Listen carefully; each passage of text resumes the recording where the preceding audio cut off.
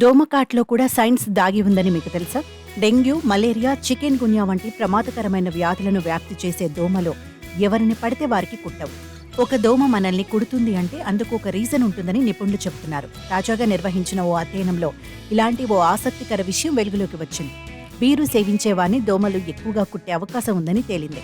రెక్కాడితే కానీ డొక్కాడని నిరుపేద కుటుంబాలు నివాసముండే బస్తీల నుంచి ఆఖర్బ శ్రీమంతులు ఉండే హైఫై గేటెడ్ కమ్యూనిటీల దాకా కులం, మతం తేడా లేకుండా అందరినీ కుట్టే దోమలో కొందరికి మాత్రం స్పెషల్ ట్రీట్మెంట్ ఇస్తాయట. అపరిశుభ్రత, కంపు కొట్టే కాలనీల్లోనే కాదు, బీరు బాబులంటే దోమలు పడిచేస్తాయట. ఇదిలా ఉంటే మొత్తం 3,500 కంటే ఎక్కువ జాతుల దోమలున్నాయి. అయితే మనిషిని కేవలం ఆడదోమ మాత్రమే కుడుతుంది.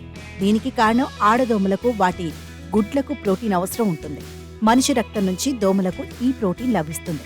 ఇక ఏ బ్లడ్ గ్రూప్ ఉన్నవాన్ని దోమలు తక్కువగా కుడతాయని పలు అధ్యయనాల్లో తేలింది. అలాగే ఓ బ్లడ్ గ్రూప్ ఉన్నవాన్ని ఎక్కువగా కుడతాయి.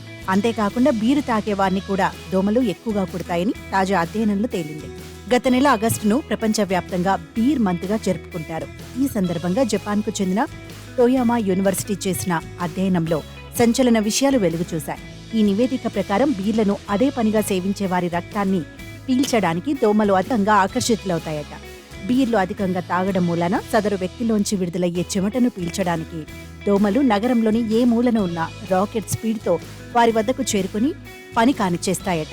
అంతేకాక బీర్లు తెరవగానే వచ్చే వాసన నుంచి వెలువడే కార్బన్ డయాక్సైడ్కు దోమలు అట్రాక్ట్ అవుతాయని అధ్యయనం తేల్చింది. దోమకాటు ఎంత ప్రమాదకరమో ప్రత్యేకంగా చెప్పాల్సిన పనిలేదు. మరీ ముఖ్యంగా దోమకాటు వల్ల వచ్చే డెంగ్యూ మనిషిని కొన్ని సందర్భాలలో మరణానికి కూడా చేరువ చేసే సంఘటనలున్నాయి.